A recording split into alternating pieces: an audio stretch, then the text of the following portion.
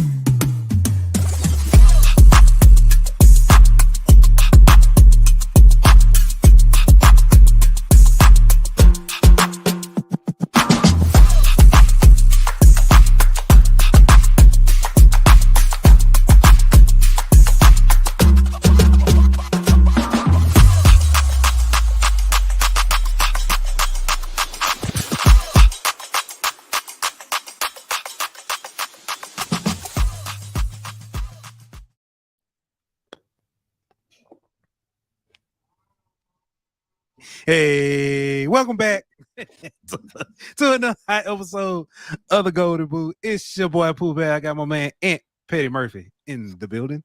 What's good with you, my boy? What's happening with it, bro?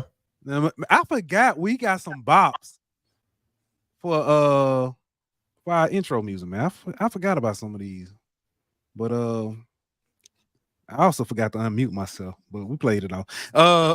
Ain't nobody know till you just said so. I know.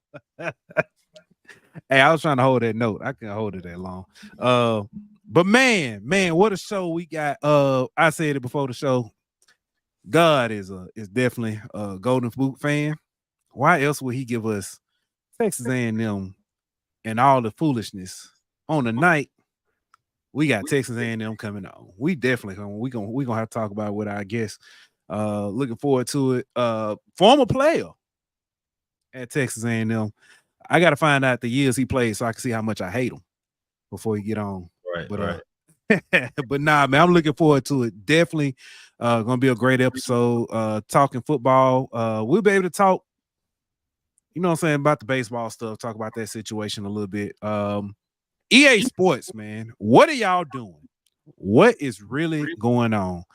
I could be biased and talk about that list, but it's a team that's not on that top 10 that everybody knows is hard to play in their building. And I think we need to define what they mean by toughest environment, because I think they got it confused with I guess you can say home winning streaks or records at home. I don't know. I mean, I think I know where you're going, but I can understand why they did what they did. To an extent, because we're gonna talk about it. That might be a debate. We'll get there. NBA draft. What? I didn't even know it was tonight until I literally looked at ESPN and it had the draft clock going. Mm-hmm. I don't know what's going on. The NBA woke up in the NBA woke up in the WNBA body. They definitely ain't advertised like they should have. WNBA did a way better job in shorter time. So let me ask you this. Name three in this draft. Bronny James, Edie, I mean, not Edie, I mean, that's the war criminal. Zach Edey, Dillingham. All right, name two more. I was about to say Jerry West, rest in peace. I can't even do that. That's about it.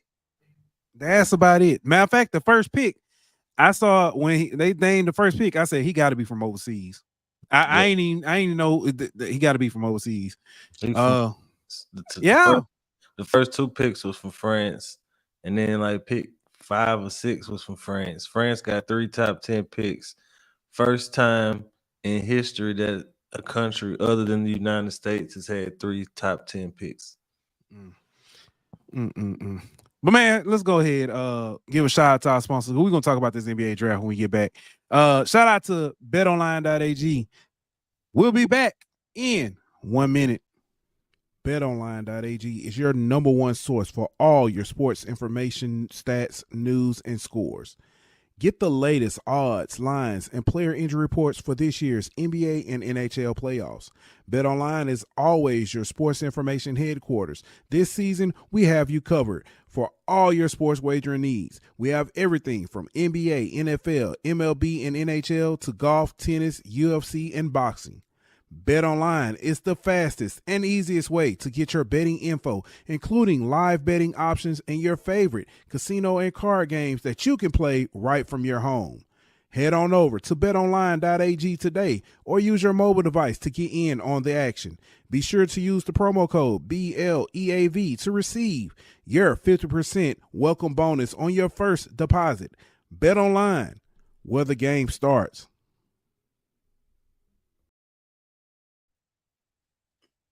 And we are back.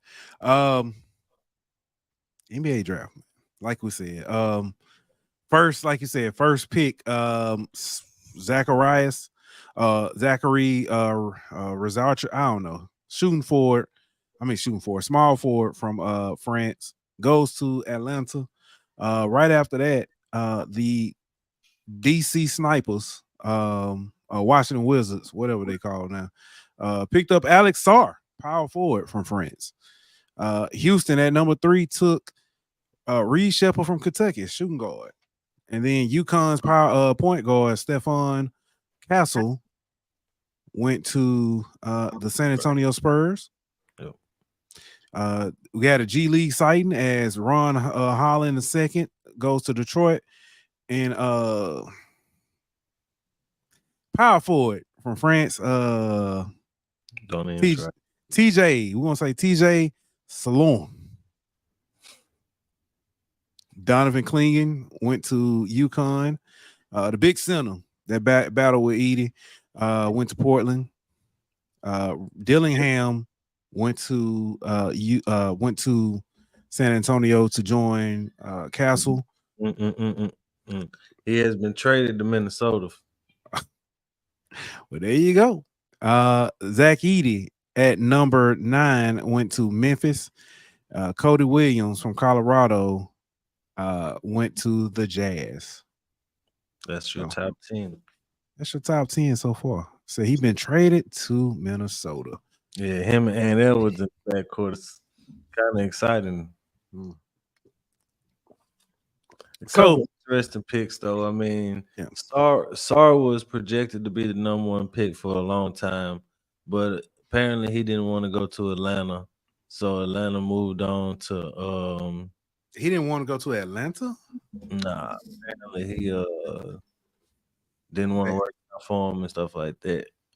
So, I mean, if you look at he a power forward, they kind of stopped at that position. You know what I mean? So, gotcha. Kind of makes sense. But you must have heard about Blue Flame, Magic City. I'm just saying, Lou Williams, chicken wings. He could have been set in Atlanta. So they moved on to the next guy on the board.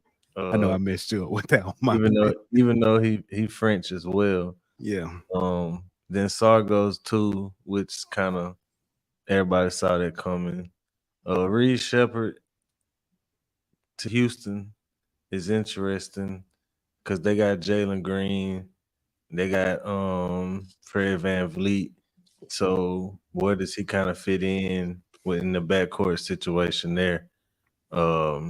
Castle going to the Castle to the Spurs is good because they needed a point guard, and he an attacking off the dribble point guard that can get in the paint, throw some lobs up to Wemby, so that'll be a good combo there.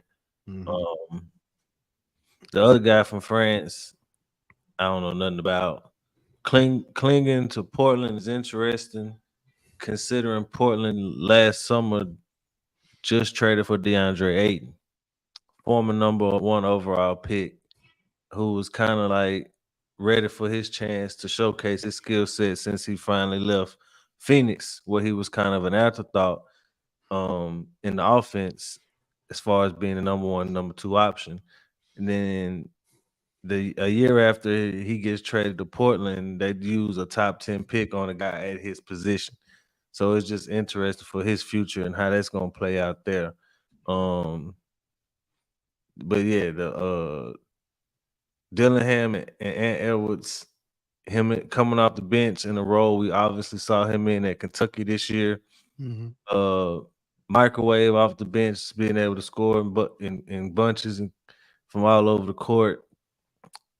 That's an interesting pick. That gives them offense off the bench, which they kind of didn't have much of throughout the year. I mean, they had guys like Nikhil Alexander-Walker coming off who provided good defense, but now they get a spark plug on offense coming off the bench. Yeah.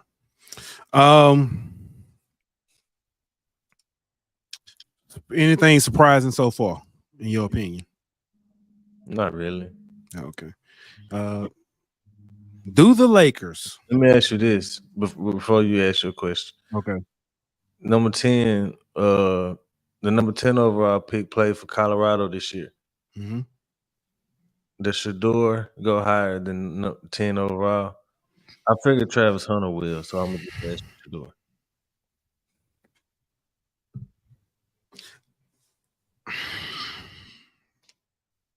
No, but it's not because of talent.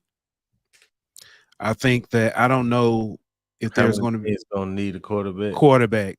That's why I lean with that one. I think Shador is very talented. A lot of the criticism he's going to get is going to be because of his dad. Honestly, yeah. I criticized his comment that said he like Tom Brady and Michael Vick, like a combination of them. I'm not even going there with him. I agree with the person who said he got Vic skin color and Brady speed. Perfect answer. Perfect answer. All right. Speaking of daddy ball, people who are gonna get criticized. Do we see Bronny come off the board at 17? I told your boy G from Swacking the Fool. I told him today he had a whole list of guys he wanted and who would be a good pick, who would be a great pick, who would be a bad pick, and all that. I said, man, you got two options. You getting Bronny James or LeBron James Jr. Yeah. Yeah. No comment. I mean, yeah. Let's I do want to talk about because NBA moves have been made. Some with some of these veterans. Bridges. For 5 first-round picks, dog. Dude, the Knicks. I don't at first when I was like, dang, how Brooklyn before I saw what they gave up, I was like, Brooklyn got, saying 5 first-round picks. And then when I saw what they gave up, what Brooklyn got back in return, I said, my word. But if you the Knicks, though, I kind of get it because you betting that them gonna be late first-round picks. Mm-hmm. That's what you betting on. You know what I mean?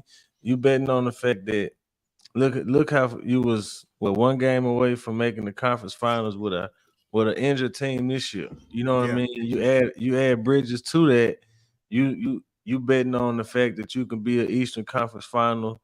You know what I mean? At the worst team next year. You know what I mean? And so if you in the Eastern Conference finals, you picking 28, 29. Yeah. That pick ain't worth nothing really. Yeah. That's a second round pick pretty much. You know what I mean? So it's like, what did you really give up? If that's how those picks pan out. But we've seen a lot of times the famous Boston Brooklyn trade where they sent KG and Paul Pierce to the Nets, and they got all them picks from the Nets, and the Nets turned out not to be good. And then they used those picks to get people like Tatum and Brown. You know what I mean? So yeah. It can backfire if the Knicks aren't a great team and those draft picks turn out to be high picks. But I just find it fascinating because you got Bridges who has never missed a game in his NBA career. Yeah. Going to play for Tom Thibodeau, who is known for wearing guys down. This is going to be the experiment of all experiments. How many minutes will this dude play? Like, we've seen Josh Hart play every minute of games in the playoffs. So we know Tibbs will do it. You know what I mean? He'll play guys the whole game. Man, we might see Miles Bridges average 44 minutes a game next year or something, bro. Like, and playing every game. Yeah. Like, and they got 4 Villanova dudes on the same team. Yeah, I was laughing at All that. they Somebody, missing Kyle Lowry, bro. I was laughing at somebody had a post. It was a dude. He was trying to be in the conversation.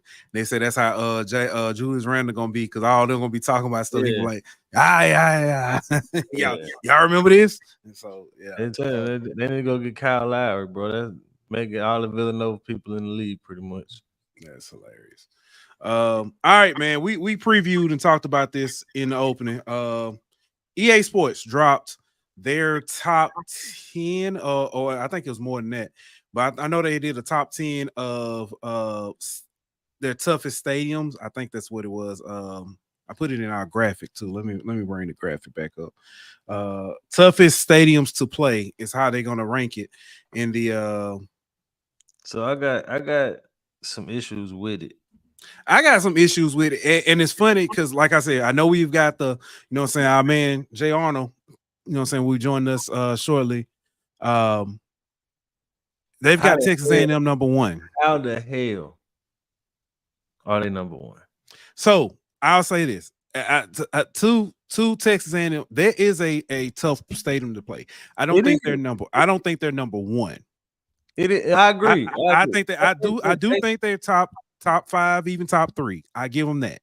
I think they top 5 for sure, top 3 possibly, but number 1, no. It sounds like bias, but bro, Tiger Stadium.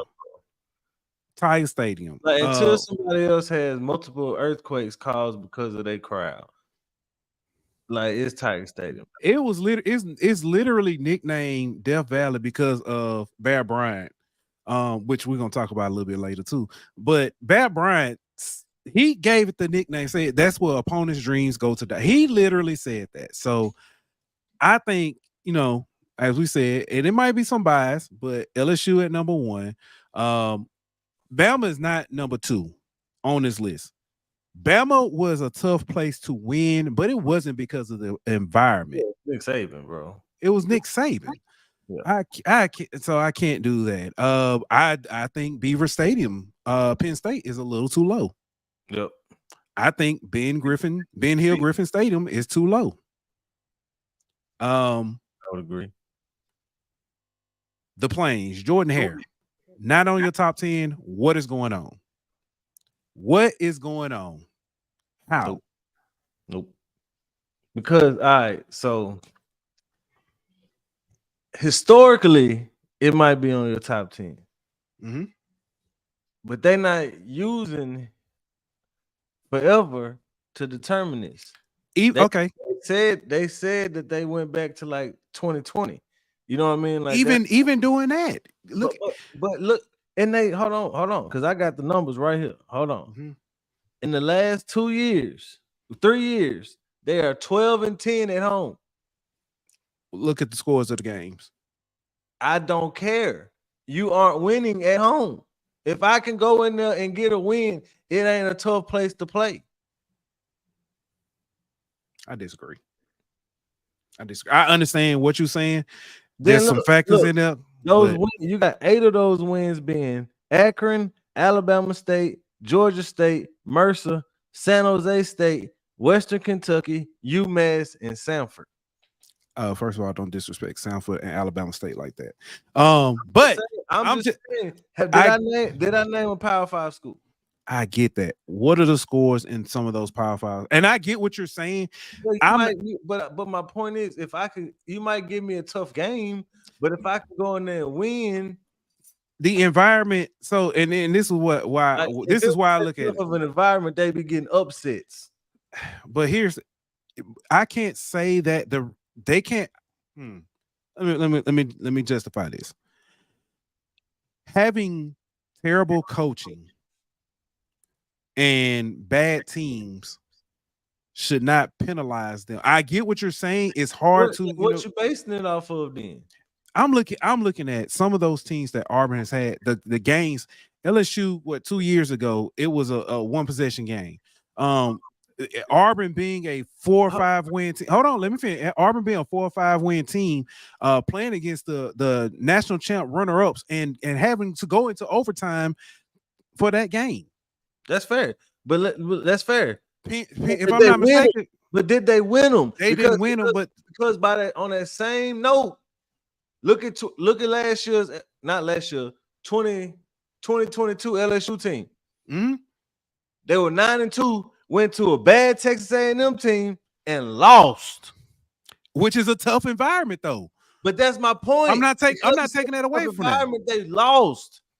If it was such a tough environment in Auburn, they would win some of them games. That's fair. I get what you're saying. It's tough enough to make it a contest, but it ain't tough enough to make it an upset. I get what you're saying. I get it. I think they top 10. I can argue if they're only going back 3 years, okay. But if we go back 10 years. Now that's a different story, though. That's a different story. Yeah. I'd knock Texas A&M down some if we're going back that far. You know what I mean? Like, I don't know if I can say that. Because I'd put Wisconsin higher. I'm not like Wisconsin. Okay. And that's fair. But I still think I don't think they well, okay, if you put Wisconsin high, where you putting them for? I can't take Texas A&M out the top 5. No, I'm not saying top 5, but they might not be top 3. Okay. I'm saying I'm just saying it's some tough. Ohio State being up there, I'm not going to call it. Where's Ohio State? I was just going to say, where's Michigan? Where's Michigan on his list? But it could be the fact that Ohio State was going up into Michigan beating their ass. But how many teams are doing that? You know, that's just like if we talking about LSU, how many teams are actually coming in and beating LSU? Number 1 though, because Tennessee came in and beat them. Alabama came in and beat them last year. No, they didn't. They ain't coming to. Never mind. That was at Alabama. Who we lost to at home last year? Good question. I don't think anybody. We might not have lost at home. We didn't lose at home last year. So just Tennessee in 2020. Mm-hmm. But then that one year we lost to just about everybody at home. I mean, Mississippi State, Bama beat the brakes. That's the thing. Like 2020 and 2021 make our ranking drop some. You know what I mean? If it wasn't for those 2 years, we probably would be number 1. So that goes back to it's hard to punish a team because of, but I get it. It's if you're going back 3 years, yeah. They just looking at it like what's the likelihood of a team coming in there and winning? You know what I mean? Like that's all I'm looking at. I get it, man. They can't. Like I don't think they really going into it and taking into account. Oh, I would have ranked 2020 LSU team at 83 overall. I would have ranked them a 78 over. You know, I don't think they're doing all it. Yeah. I think they're just looking at the records of who came in and won. Yeah, and he right 2020 probably don't even count. So it's probably just 2021, 2022, and 2023 that they look at. So here's what I also find hilarious about that. When they came and got stadium sound for this game for LSU, we was at. It was that Alabama LSU game, and I think it was Blake said, "Imagine being at that 2022 LSU Alabama game and saying, yeah, there are 3." Right. You know what I'm saying? So yeah.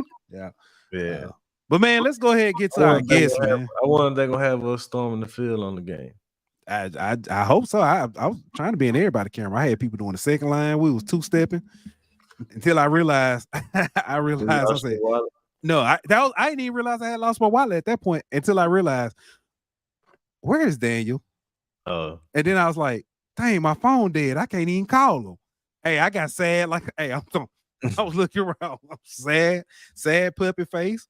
I was trying to make sure I ain't get hit by nobody, bro. It was people running, like, throwing their arms everywhere. All kinds. It was like I was just trying to keep my head on the swivel. I saw Brad Davis sneak up out of there. He saw that crowd coming on the field. He did the church and they didn't know me. Put that thing up. He hit the locker room quick. You should have seen. You should have seen the security guard by me. He wasn't even trying to stop nobody. That man just said, "Y'all gonna hit him." Oh, yeah. Good times. Good times. All right, man. Let's get to our guest, man. He's played in a few stadiums. We can ask him his opinions. Welcoming to the Golden Boot, co-host of Aggie War Pod. He got a whole bunch of podcasts that he's on, but I thought this was the most relevant. Thank you for joining us, Mr. Jay Arnold, Coach Jay Arnold on Twitter. How you doing tonight? You having me on? Hey, no problem, no problem. You heard the debate a little bit. Stadiums that you've played at, where do you kind of look at in the ranking? Because you had a different view being on the field and stuff. So, yeah, I mean, I'll be honest with you, fellas, and then this isn't just because I'm on this podcast. LSU is probably my number one stadium for toughest place to play. I think Bama's rated too high. It's almost like an NFL environment where it's just kind of too corporate.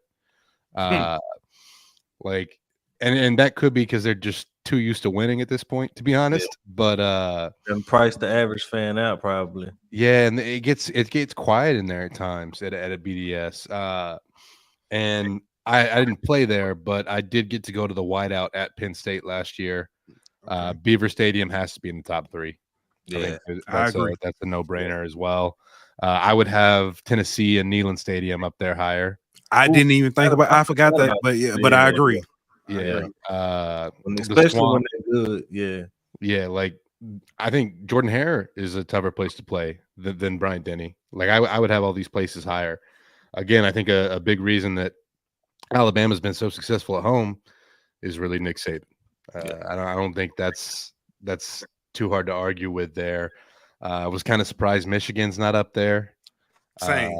Not a place that I've been, but like it's the big house, right? Like it's just one of those spots. I haven't been to Wisconsin myself, but from what I've heard, maybe they were a little bit overrated in the top 10 as well. Just the students have a history of just like showing up late and not being engaged at times. I think the real reason that Wisconsin's on there is for the jump around tradition.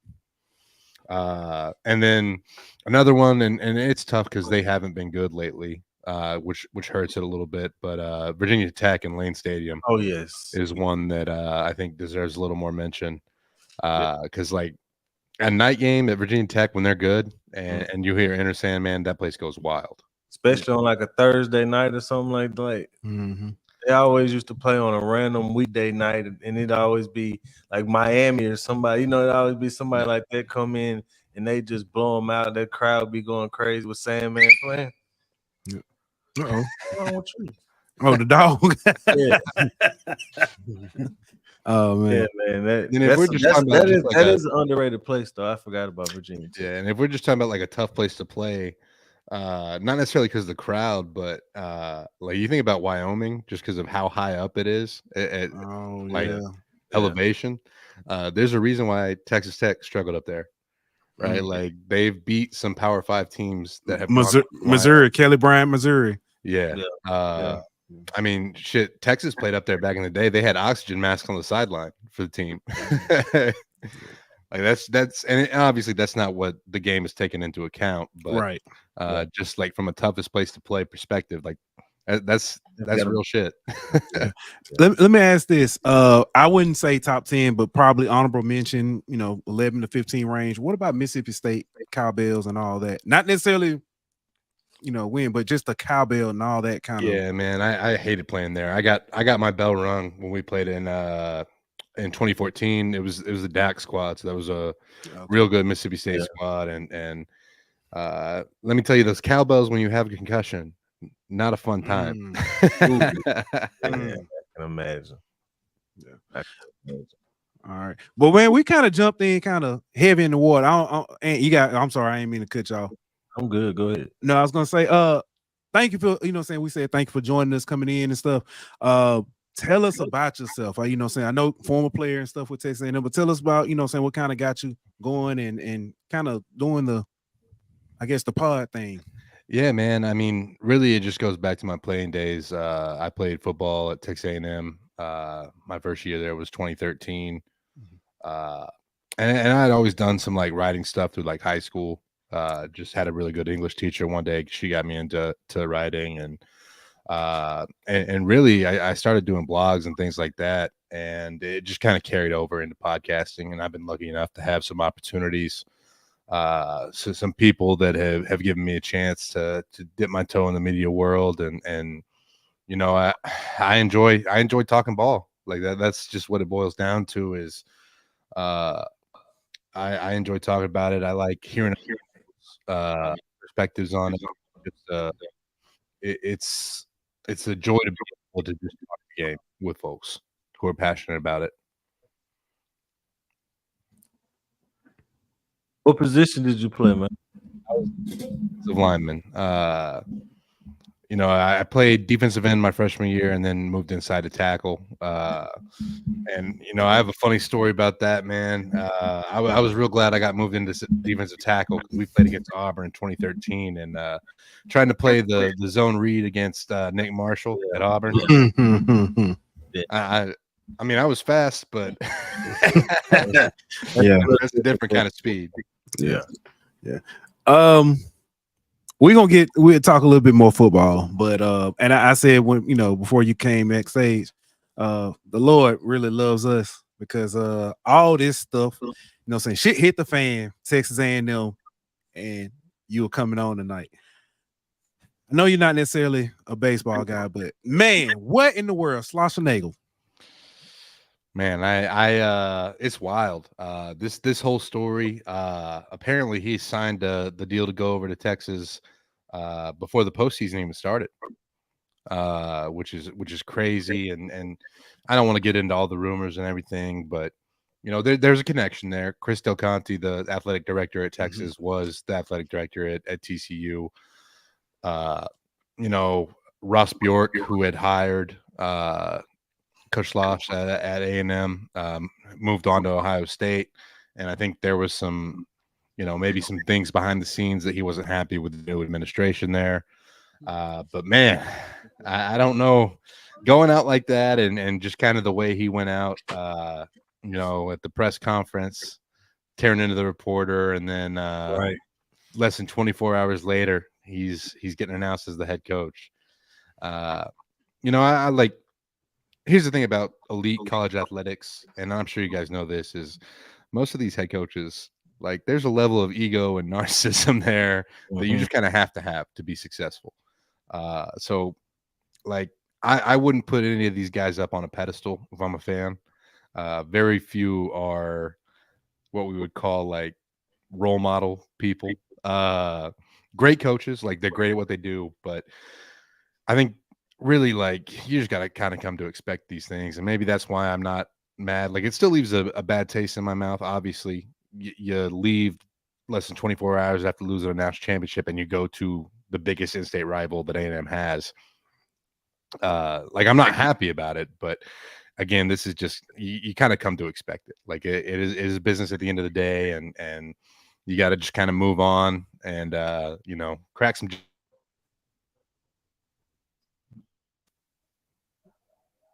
Oh, did he freeze up? Yeah, he froze up. Oh man, damn. Uh-oh. Yeah. I think we can hear you. It just looks like your video is just frozen. I can't hear him. Okay, there he is. There you go. All right. Can you hear us now?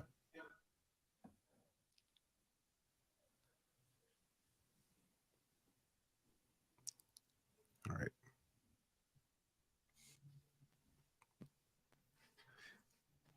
All right. Let him get him get that. Yeah, let that get back. Man, contract before the postseason started.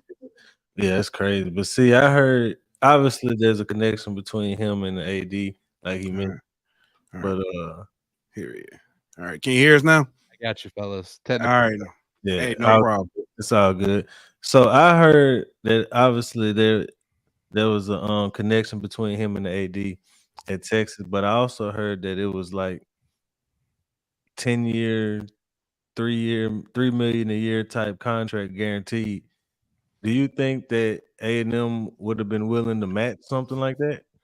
I think A&M was, especially after going to the national title game. I mean, Jimbo went to Orange Bowl, and we saw how much the the contract was there. That's fair. And especially in a time with Texas coming into the conference, right? Like, the thing about Aggie boosters is that's really what they live for is beating Texas. So they were. I guarantee you they'd be willing to match it. And there was some highly publicized renovations coming to the baseball field as well to make that park more impressive. So I have a feeling they're going to throw a lot of money at whoever they get to bring in now. Yeah. I know you kind of said it's a bitter taste, but it's kind of like par for the course. Is it worse that it happened immediately after the Natty, or is it worse that he went to Texas? I think it's probably worse that he went to Texas. Like, I mean, it's like, look at OU situation with Lincoln Riley. Obviously, like, people were like in Norman, they were ready to burn houses down over that, and USC isn't really an OU rival, right? Like, there's some history there just from like the old days with Jason White and when OU played USC, right?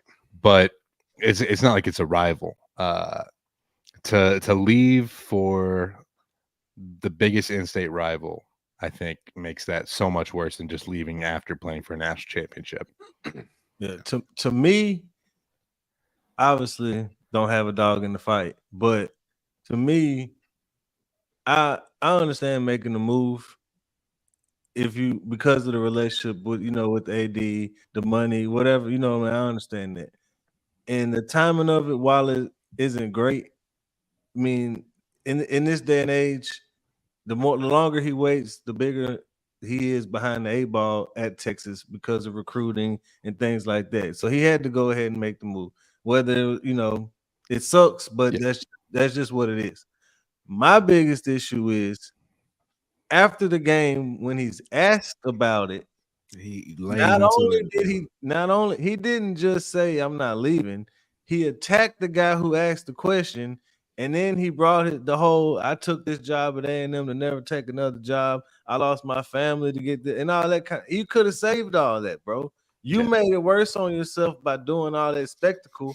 You know what I mean? It just said I'm not gonna comment on that. Whatever the case may be, but to me, that's what made it bad because you berated the guy for doing his job, then turned around and did exactly what he asked you about when he was right. Yeah. And like, look at it this way. We just had the same situation happen in football. Kalen DeBoer just played for a national championship and left for Alabama. Right. There are some factors there that obviously made this one a little more heated. And obviously, like when Texas and A&M play baseball next year, man, it's gonna be spicy. ESPN is over there doing this, man. They over there. Them ratings gonna be through the roof. Yeah. I mean, if I was an A&M fan, I would just be like, I would love this. I would be like, this honestly, is peak entertainment. This WWE storyline, like this is about as good as you can get from a eyes on television perspective, as far as just the drama that you can't even script. Man, I just want to know who you, because I know like it's got to be for like the boosters and the AD and all the decision makers at A&M right now. It's got to be like y'all can't have nothing to yourself. Y'all in the SEC by yourselves. Then Texas wants to come and jump on. You had a great coach taking y'all to the College World Series, played for a national championship, first one in history or whatever. Texas had to come get him. So I know A&M was feeling like, man, we not only are we finna go get somebody, we finna make a splash hire. We're gonna go. I don't care what it's gonna take. We're gonna pony up all the money we gotta go get. We're gonna go get somebody to do a big FU to Texas. Yeah, that's definitely going to be the motivation behind it. Like there's going to be, and like again, I would say probably on campus, baseball is probably the second priority sport. Obviously, football is number one. And A&M really doesn't have much of a history from a men's basketball perspective. Women's basketball had the national title with Gary Blair in 2011, but baseball is, I think, a strong number two on campus, and I think it's like you said, like they want to go out and make a splash hire and make sure that when Texas comes to town, that that team's ready to go. I mean, y'all should go hire the coach Texas just fired and put him on staff just because. give him one of those like Gary Patterson roles. Yeah, Put him in like a special assistant to the head coach. Yeah, exactly. Yeah. Man. All right, so let's talk football now. Because y'all had a coaching change there. Elko comes in, highly touted, did some things, turn. I don't want to say fully turn Duke around because I think Cutcliffe was already kind of had that thing rolling, but he definitely elevated Duke to I guess a more respectable role. He comes in, I guess I don't know, changes the culture. Yeah, and it's tough, right? Because like I don't think A&M has had a defensive minded head coach since like R.C. Slocum in like 2000 in the 90s. And I do think that they kind of had to shift the perspective a little bit. But I think Elko's more of a fit, right? Mm-hmm. Like I think Jimbo and kind of what he had offensively, obviously someone very different from Jimbo, but they're both offensive minded guys. Mm-hmm. I think with Elko, you kind of get more back to that defensive identity that I think really A&M has more been known for in the past. I think they've always been more of a defensive minded university. And I do think identity matters when you're building a football team. The other piece of it too is I think a lot of what Jimbo did was going to get the best recruits, but not necessarily having the best fit. It feels like with Elko's approach in recruitment that he's definitely gone for more of a plan with how he's recruited. Yeah. So obviously, Elko, great defensive line, had some of the best defenses we've seen in college football, and obviously that Duke defense was pretty stout, and that's kind of what that team hung they hat on that side of the ball. So I'm assuming he's gonna pretty much handle the defense, and that's gonna be kind of his baby. And Klein, who was brought in from Kansas State to take over the offense, is gonna kind of have free reign of the offense. Is that a fair assumption? Yeah, I think that's what the plan is going in. I do think that Colin Klein is going to change up his offense a little bit. Like, I don't think you're going to see Connor Wegman running the quarterback power. That's exactly what I'm going to ask you next, bro. Yeah, but I think that the defense is going to be Elko's thing. Like he's going to be constantly in the meetings there. Not to say that he won't be in the offensive meetings, but it's going to be Colin Klein's offense. One of the things that Elko talked about in the press conferences, and obviously, like, you can only read so much in the press conferences, but he talked about wanting to bring in an adaptive offense, and I think that's something that with Colin Klein. And the other thing with Colin Klein is, like, he hasn't been in an OC role for that long. I think this is a real chance for him to come into his own and kind of put some own like some of his own stuff into an offense and really start growing into his own. The things I will say though, like some of the creativity in the run game from Kansas State, really excited to see that in A&M's offense. Some of the like the counter stuff that Colin Klein runs, I'm pumped about. And then defensively, I mean, you look at what he did at Duke. Obviously, you're going to have better caliber of recruits at A&M. Off the rip, you have like a guy, Nick Scorton, who was the Big Ten sack leader at Purdue last year, coming in to kind of be that pass rusher. And I really think that A&M is going to have a good defense from day one. And to be fair, like that wasn't really as much of the struggle in the Jimbo Fisher era. Like it felt like the defense were always decent. I mean, there were some obvious holes. Last year it was the secondary. The year before it was stopping the run. But it feels like this defense, they were good last year, but I feel like they're going to be more complete this year. You played under Sumlin. Was it did you fall under Jimbo for like the last year or whatever? Or no, all my years were under Sumlin. Under Sumlin. My biggest thing, I've always said, there's no difference in what record wise, Sumlin and Jimbo. I think it felt like Jimbo was able to amass more talent, but he did nothing with it. What's that's even debatable, bro? You think that's debatable? Hell yeah, Jimbo amassed more talent is debatable, bro. That's fair. That's fair. You gotta think like it ain't just Johnny, dog. They had Mike Evans, like they had some dudes. Oh yeah, that's true. Yeah. But to be fair, like Mike and Johnny and those guys were Mike Sherman recruits.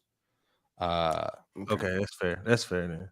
So I mean, some did a great job recruiting. But I think Jimbo kind of just took it to another level. Obviously, a number one in class. Yeah. Pretty big. But how many of those guys stuck around though? I mean, there's still some guys. I know Shamar, Brownlow, Diddy. I know a couple of those guys, but obviously, like the big name Walter Nolan and the big names of that class aren't there no more. Yeah, and that kind of goes back to my point about maybe not being the best fit, and going after the guys that were just highly touted and highly ranked. Which and to be honest, like Evan Stewart and Walter Nolan should both be first round picks. Like those guys are incredibly talented.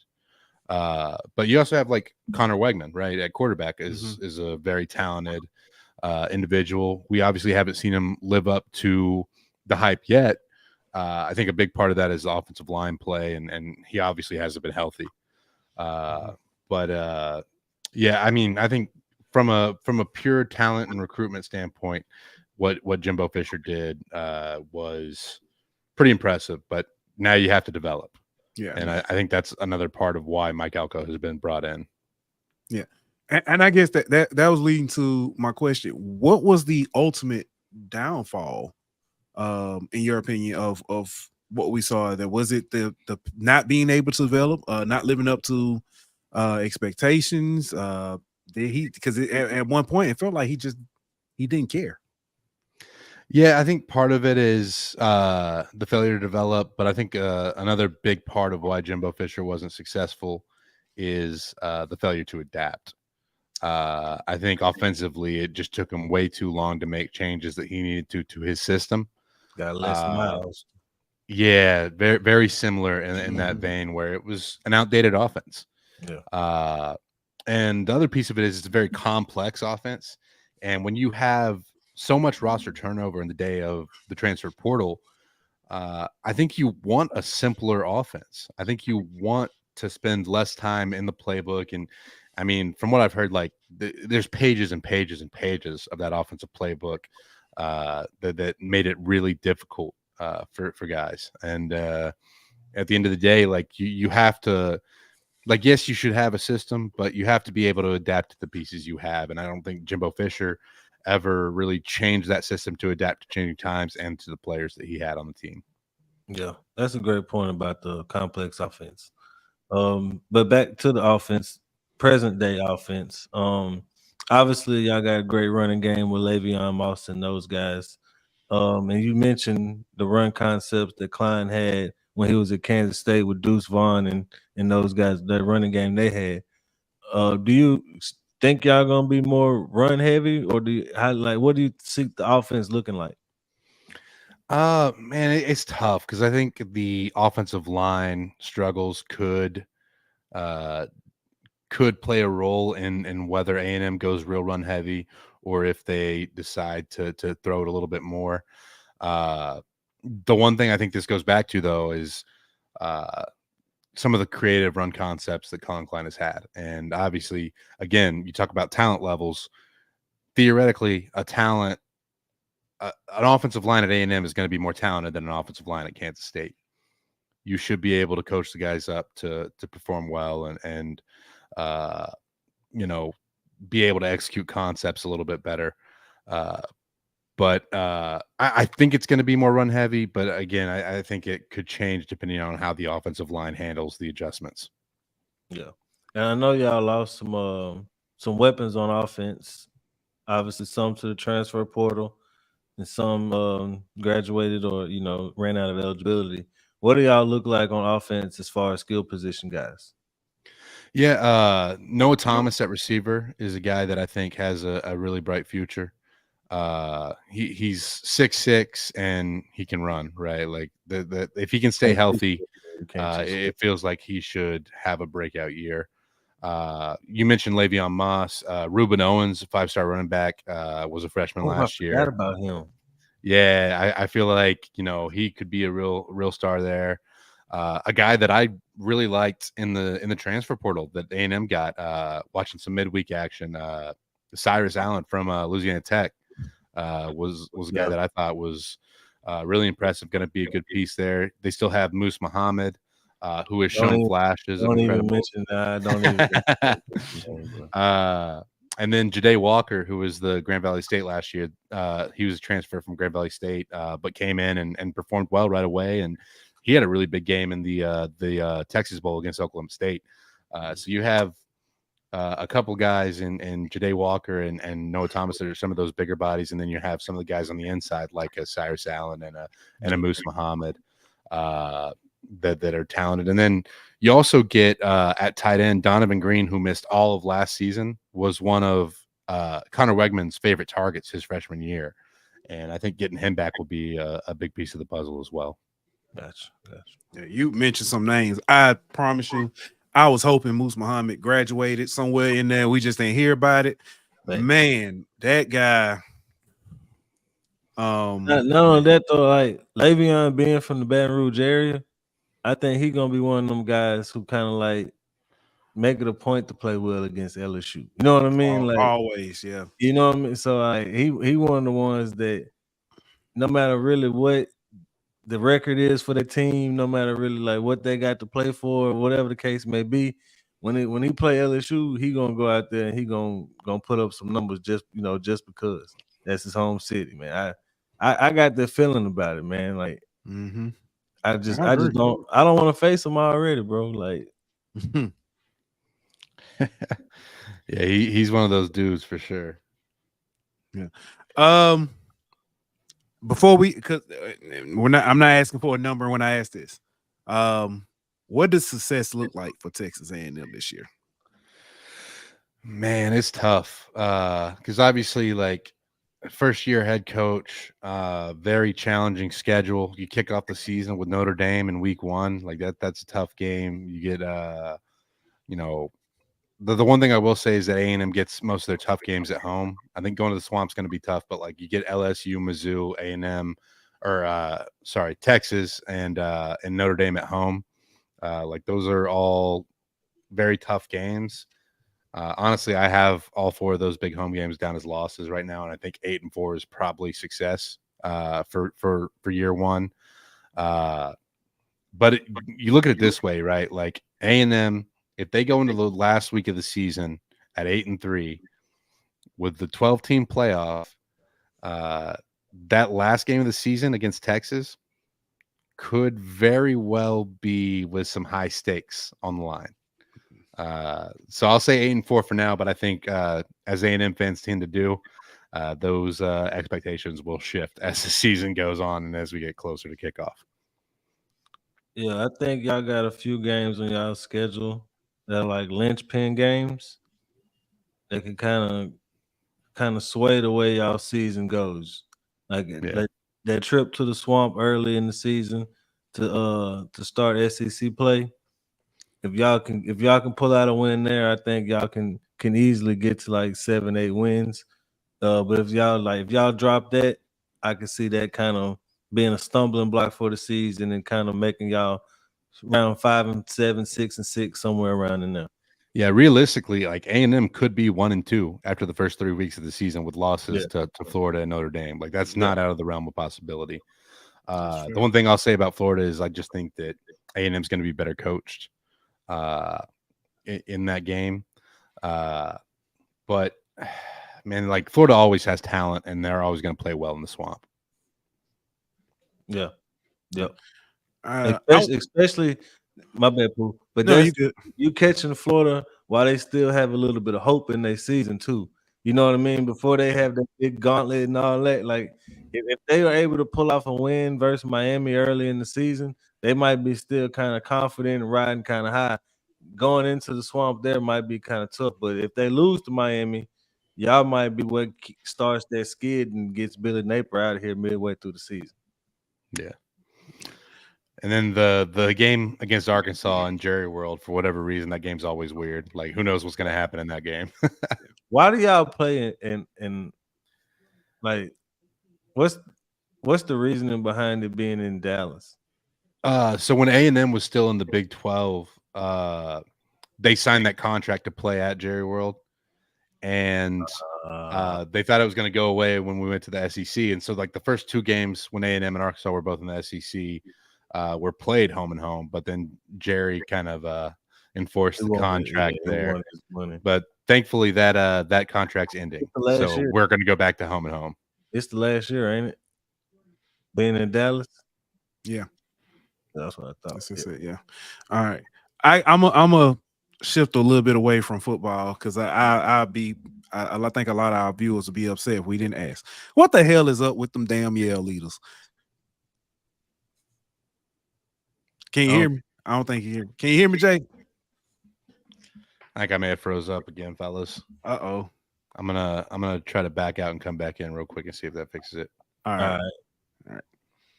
I gotta find out what's going on with the I want to know. Ask him, has he ever been to one of the midnight rallies? Yeah. So let's see if he he's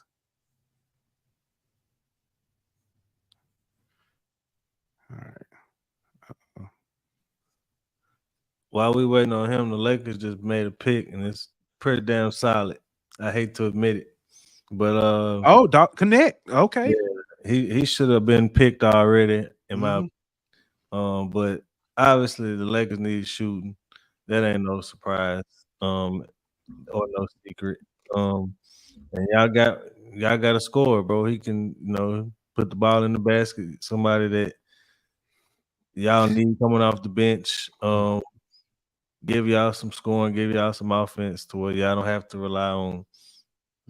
Connect the American, right? He's not foreign.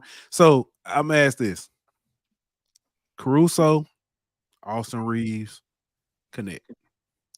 Have the Lakers had three of the best white American shooters in the game lately?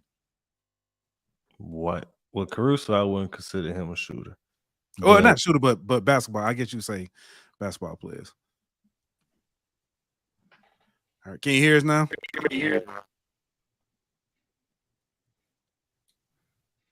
right. Let me think about that one. Okay. Hey, can you hear us now, Jay? I think it's dead.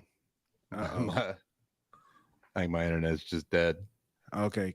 Yeah. Can you hear us? I don't think. Yeah, he could. Man, it was. I want to get that answer about the Yale leaders, but yeah,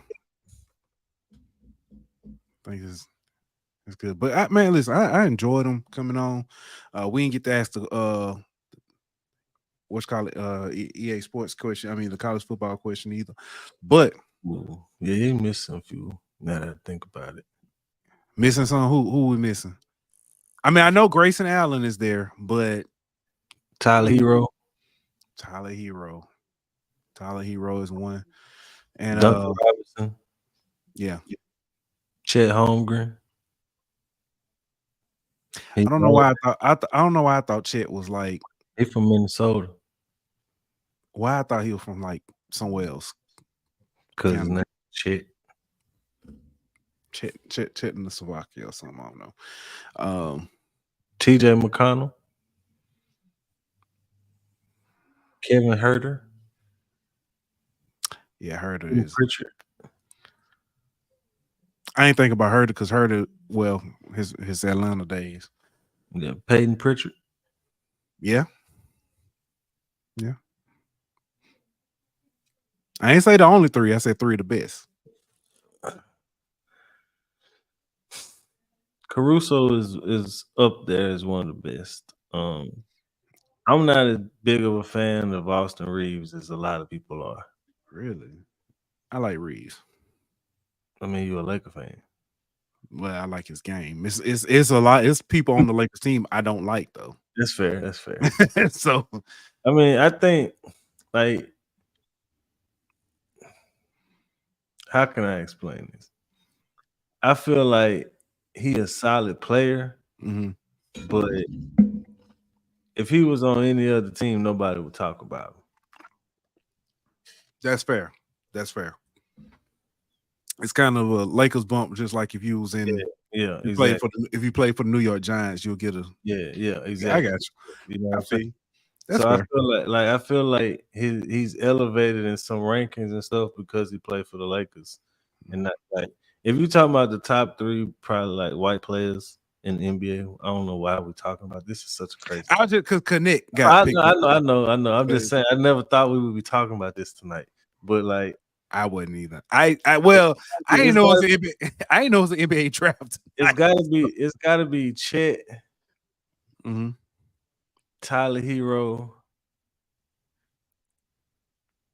I'm gonna say I would knock Caruso a peg or two. Only reason I knock him down, he doesn't stay healthy enough.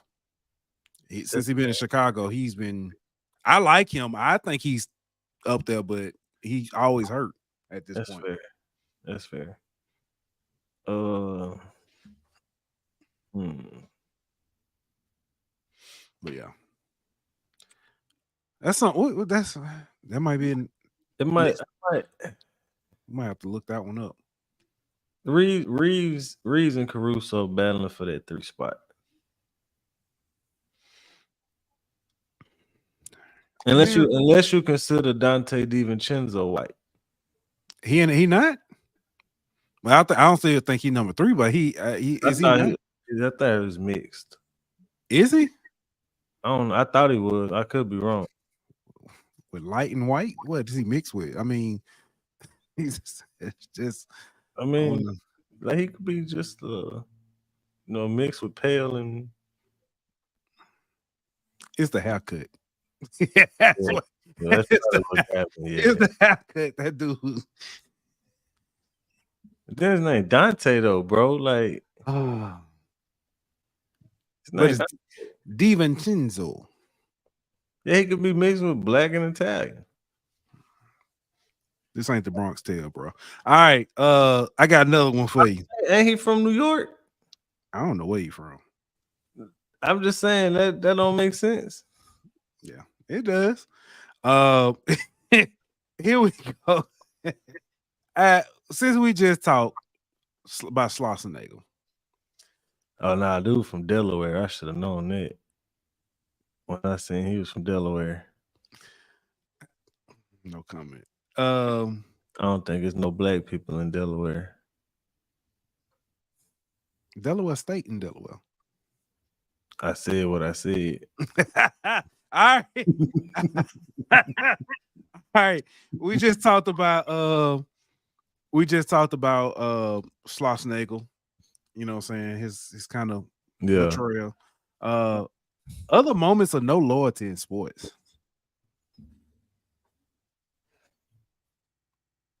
I mean, depends on what you consider no loyalty. Ray Allen leaving Boston, going to Miami.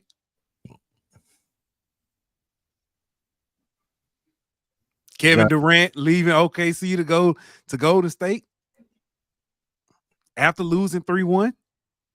I mean, after being up 3-1 and losing. Johnny Damon going from the Red Sox to the Yankees. Yeah. Babe Ruth going from the Red Sox to the Yankees. Well, they traded him. I thought that was the whole point of the curse. Well, yeah, I know they traded him, but I mean, I get what you're saying. Yeah. I mean, some by the by choice leaving and I don't know if I think of in a way Joe Horn signing with the Falcons. Yeah, that's no Lord. That hurt my heart. I wonder LeBron to Miami. I wonder if that one. I mean, he was unloyal to Cleveland, but I mean, Was he though? They weren't loyal to him in a way, but I get what you're saying. You know what?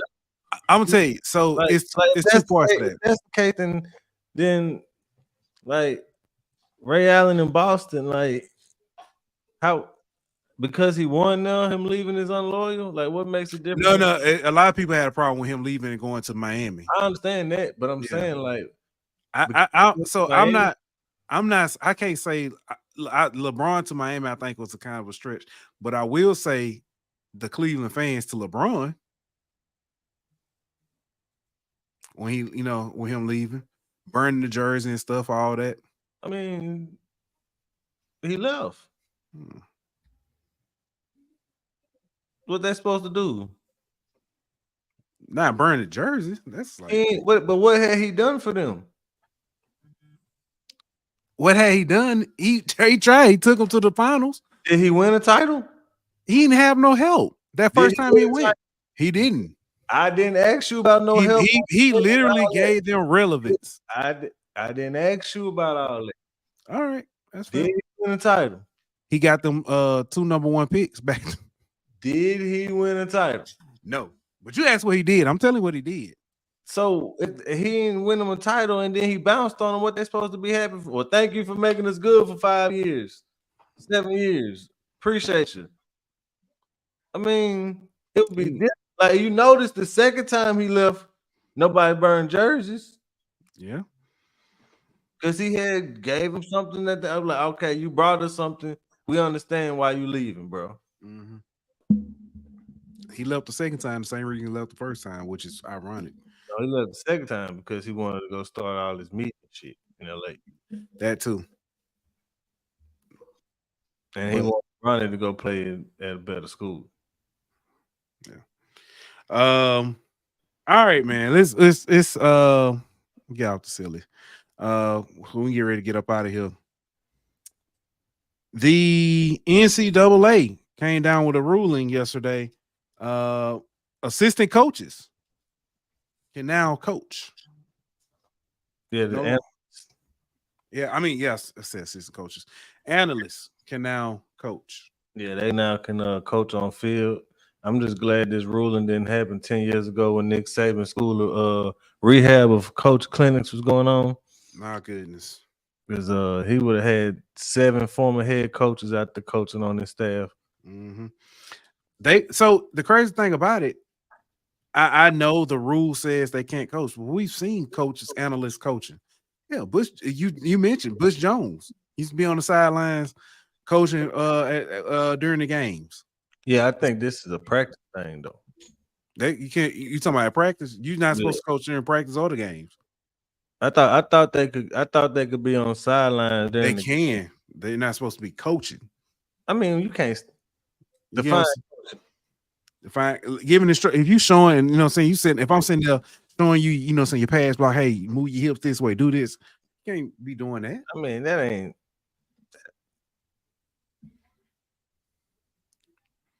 They coaching without headsets, basically, is what they were doing. Yeah, but what I'm saying is now they can have headsets and all that. Yeah, so they can be just like all the rest of the coaches. Exactly. So, but I'm just saying they acting like they wasn't already doing it. That's all I'm saying. I mean, it's a little bit different showing a guy some technique versus actually going over the scheme and all that with a guy. I mean, yeah, it is coaching, but it's a different. I get what you're saying. Coaching than going over schematics. I get what you're saying. I'm with you though. It is coaching though. Like, but it's just you can argue that I really wasn't coaching him. I was just asking what he was doing and he was demonstrating. You know what I mean? Like you can argue that. Yeah. They make a way. They would have excused it anyway. Yeah. Yeah. NCAA also had another ruling. Cannabinoids are no longer a banned substance in football during postseason play. It don't matter. LSU will still suspend you if you fail a drug test.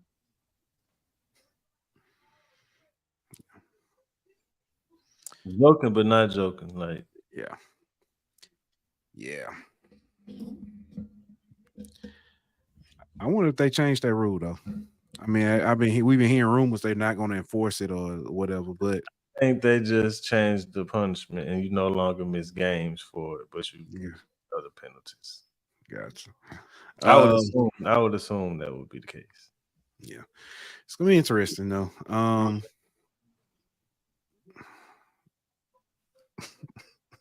should say, locker room gonna be smelling like that Denver Harris.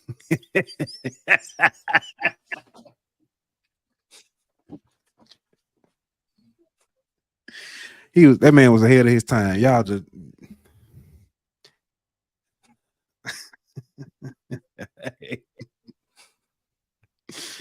I'm just saying. Oh man. Free my dog. All right, man. Reggie Jackson, man, that dude been on a roll lately. He gonna have all of Birmingham incensed. He told a story. That man ain't never gonna be allowed back in the state of Alabama. Hey, listen. Reggie Jackson, can you tell me about K. Ivy? Hey, yeah, I know K. Ivy. Let me tell you what happened back in the day. So, but for real though, he told a story. I think this was during the Rick Wood celebration last week, but it just came out today. AAL.com posted about a story of when he met Bear Bryant. And Bear Bryant, I guess he said Bear Bryant thought he was giving him a compliment and said that he said he hit like 2 triples. And Bear Bryant called him over and was like, this the kind of N-word boy we need here at Alabama. He started naming some of the coaches, you know what I'm saying? That's what they got. This is what we need. This boy right here. So God, that's one of them good. Yeah. I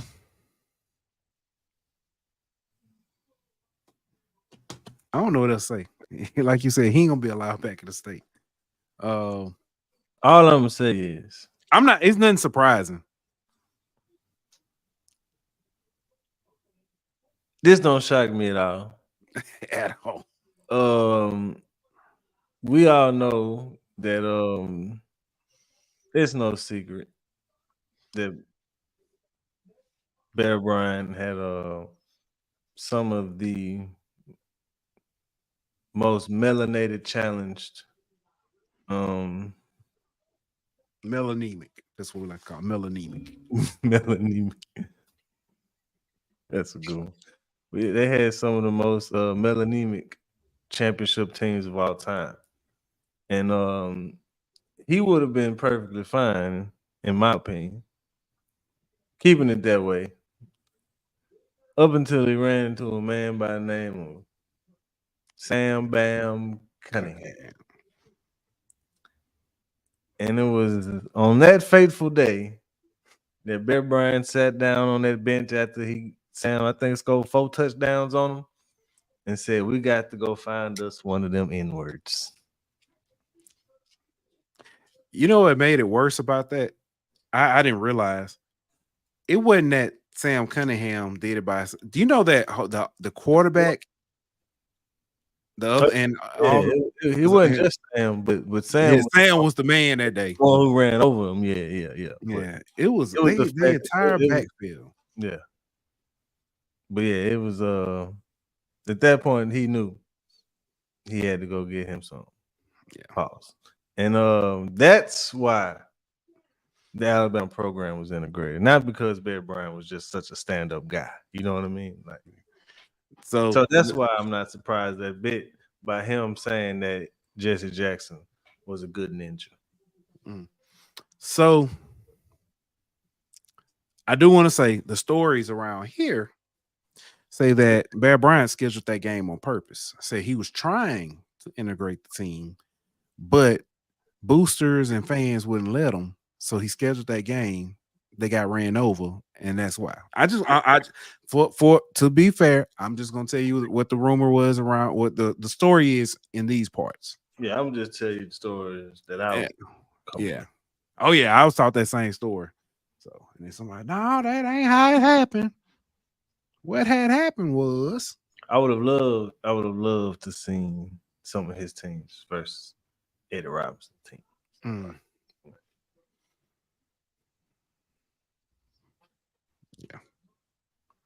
Yeah. All them games would have to be during the day because they wouldn't be able to stay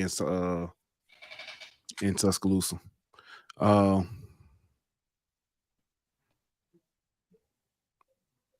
Chuck with another fact. Chuck said USC had a black assistant coach during that time, which was Willie Brown. Adrian said, the people said that ain't USC, that's Grambling. Oh man. That's Adrian. Oh man. Sticking with integrating football, international football today. The United States under 21, I think the under 20 team. It's U20, yeah. U20. The United States took on Japan. And Japan got their lit back from I don't know if to say from World War II or just the last time they played. Last time they played, I think USA beat them like 51-16 or something. They was up 20-0 going into halftime and end up winning like 41-21. It was 41-20. 41-20. Okay. Yeah. But so I did some research. I checked out this roster, right? The American roster or the Japanese roster? The American roster. Oh, okay. Because I was gonna say I know you don't know any of them. But go ahead. They have one player committed to Notre Dame. They have one player who's a 3-star who is uncommitted. And these are, I mean, mind you, all these kids just graduated. They class 2024. So you got a guy going to Notre Dame this year, a 3-star who's still uncommitted, unsigned, and nobody else on that team is going to play college football. Everybody. The head coach, I had never heard of him. The assistant, the offensive coordinator, had been the offensive coordinator at some like Phoenix University, Phoenix City University, some shit like that. Never heard of it before. Basically, they sent the white version of Bishop Sycamore. Oh, Jeff been saying you got to Japan and beat the shit out of Bishop Sycamore. I thought they was playing a real team. No, like I did my research. No. And like it's one of them things to where you like volunteer to want to go sign up and play for this shit. You know what I mean? And then you like the team roster wasn't finalized till like June 16th or something like they practiced for like 2 weeks and then sent these boys over there. I'm gonna be honest with you, Japan probably been practicing for the last 3 years. Yeah, and so next time they have this, we need to send the Under Armour All-American rosters. Just send the Under Armour All-American team and go beat these up by 100. I'm gonna get my youth football league together. We get past next week, I think. We going. Right now, we gotta go dream team. We gotta go make a statement. We gotta go get all these 5 stars and 4 stars and all that of class of 2025. We're gonna start practicing as soon as football season ends for the summer. Fuck y'all college workouts and all that. You can worry about that later. You gotta go represent America. You know what I mean? And we gotta go beat. We gotta go beat Japan by 100, bro.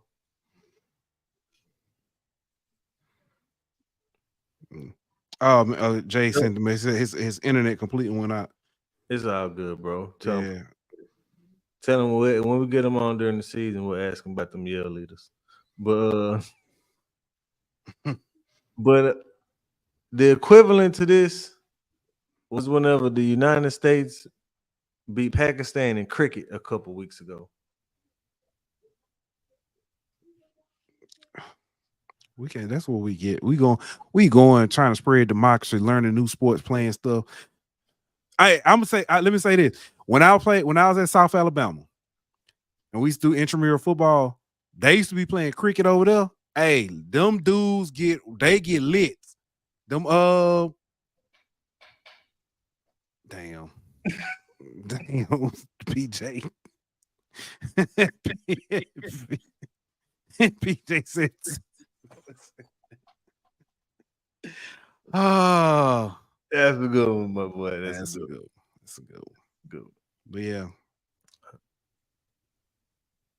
The Pelicans drafted a dude from Baylor, Evis Misi. He can't shoot though. What are we doing? We just signed a 19-year-old Clint Capella, pretty much. I just sent it to myself. You said Texas stole your internet. That's crazy. He might not come back. So Bryant go in the first round, or do the Lakers draft him in the second round? They don't have another pick in the first. Do it. Nah, that's what I'm saying. Does somebody draft him in the first round, or do the Lakers draft him in the second? I wouldn't draft him in the first. Well, you know what? If you draft him, do you use that as leverage to try to get Bron? Because you're gonna. I mean, if not, you're gonna. Man, say what? Bron ain't going nowhere, man. They just hired his friend to be the coach. Yeah. I wish they would have kept their podcast going during the season, though. Like, I could, because I wanted to see the episode titled "How We Blew a 20-Point Lead to Denver." You know what I mean? And LeBron and JJ just talking about what fucked up during the game. And LeBron over there like, well, you should have made this substitution right here. You know what I mean? Like, that's hilarious. That's what I wanted to see. Because, you know, Doug Gottlieb, radio dude for the Fox Sports Radio, he just got hired to be the head coach of Wisconsin Green Bay College. And he keeping his radio gig. So he gonna have a full-time radio gig and coach college basketball. That is interesting. So like I want to hear him like on a game where they get blown out by 33 the day before. I want to hear like when he come in and do a show, do he just talk about the ref? Do you know what I'm saying? Do he talk? You know what I mean? Like, or if he feel like the referees cost him a close game, do he just start his show blasting the referees? All right. Like, can you fine him for that? Because technically he blasted the referees, but he didn't do it in the press game, like the press conference. Like, I mean, that's gonna be interesting. I wish JJ still had his shit though. That man, him and Bron would have been funny, boy. These people, the internet is hilarious. They talking about all these people talking about what players. Some of these players look like at their new place. check your Twitter. Oh Lord.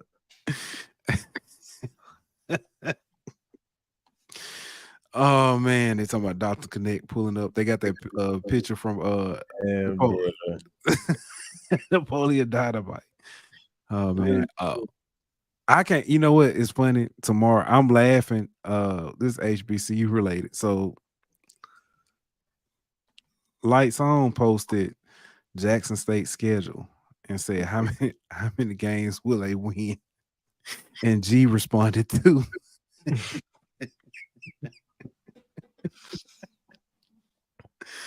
oh man. Oh, while we talking about EA Sports, it is official. The horns down gesture will not be in the game. They so lame. Lame. LAME Sports. Matter of fact, they didn't change it. EA Sports. We so lame. That is, I can't believe that. That's but they want to be realistic. Right. Come on, man. What's good, Edwin? Man, somebody just said they thought I was Bob.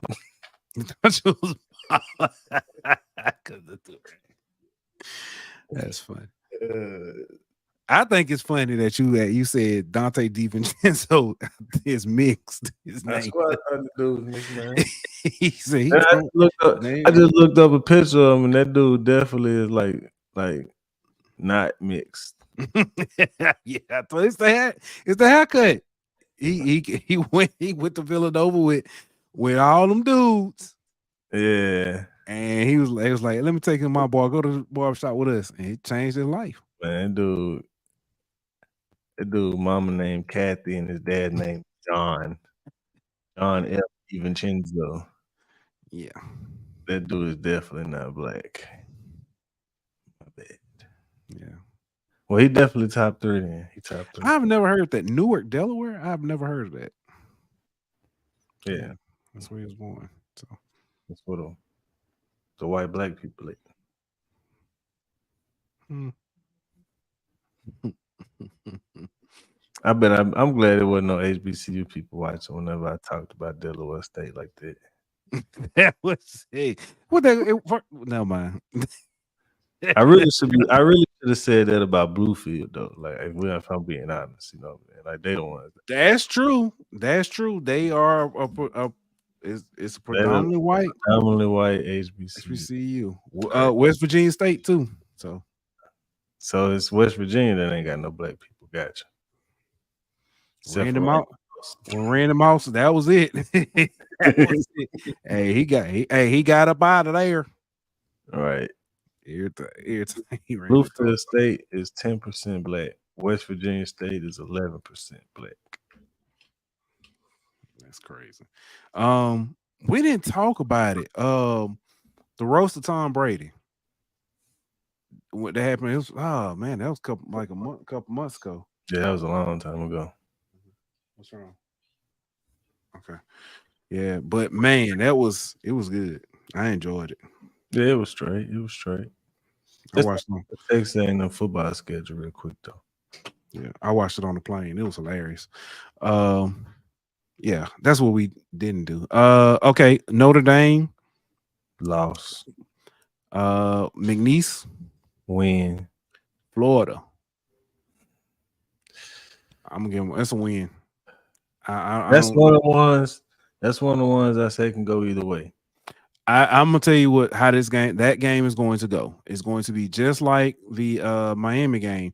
It's gonna be close, and then Texas A&M finds a way to win late. All right, let's go with it. Bowling Green. Win. Arkansas. Win.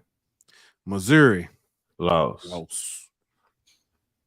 So that's hold on, 1, 2, 3, 4, 5, 6. They 4-2 at that point. Mississippi State. Win. LSU. Loss. So that's 5-3. South Carolina. Win. New Mexico State. Win. Auburn. At Auburn.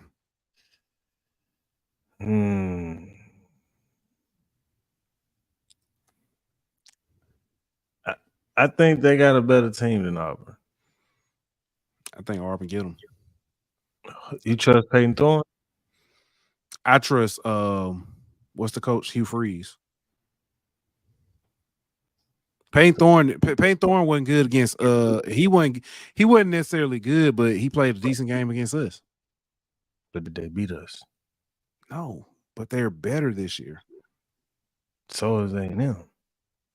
That's fair. I still think I think A&M may have a better time. I think who I said Malzahn. I call that man Gus Malzahn. What's the coach name? Hugh Freeze. I did say Hugh Freeze. Yeah, I feel like A&M loses either one or Florida in this game. So I'll give you that. I'll give you the Auburn loss. All right. Texas at home. I would love to see them upset Texas, though. I would love to see them upset. You say that till you see A&M in the playoff race. Hold on. What we say? So that's how many lost? 1. That's 3 losses. And it is 9-3.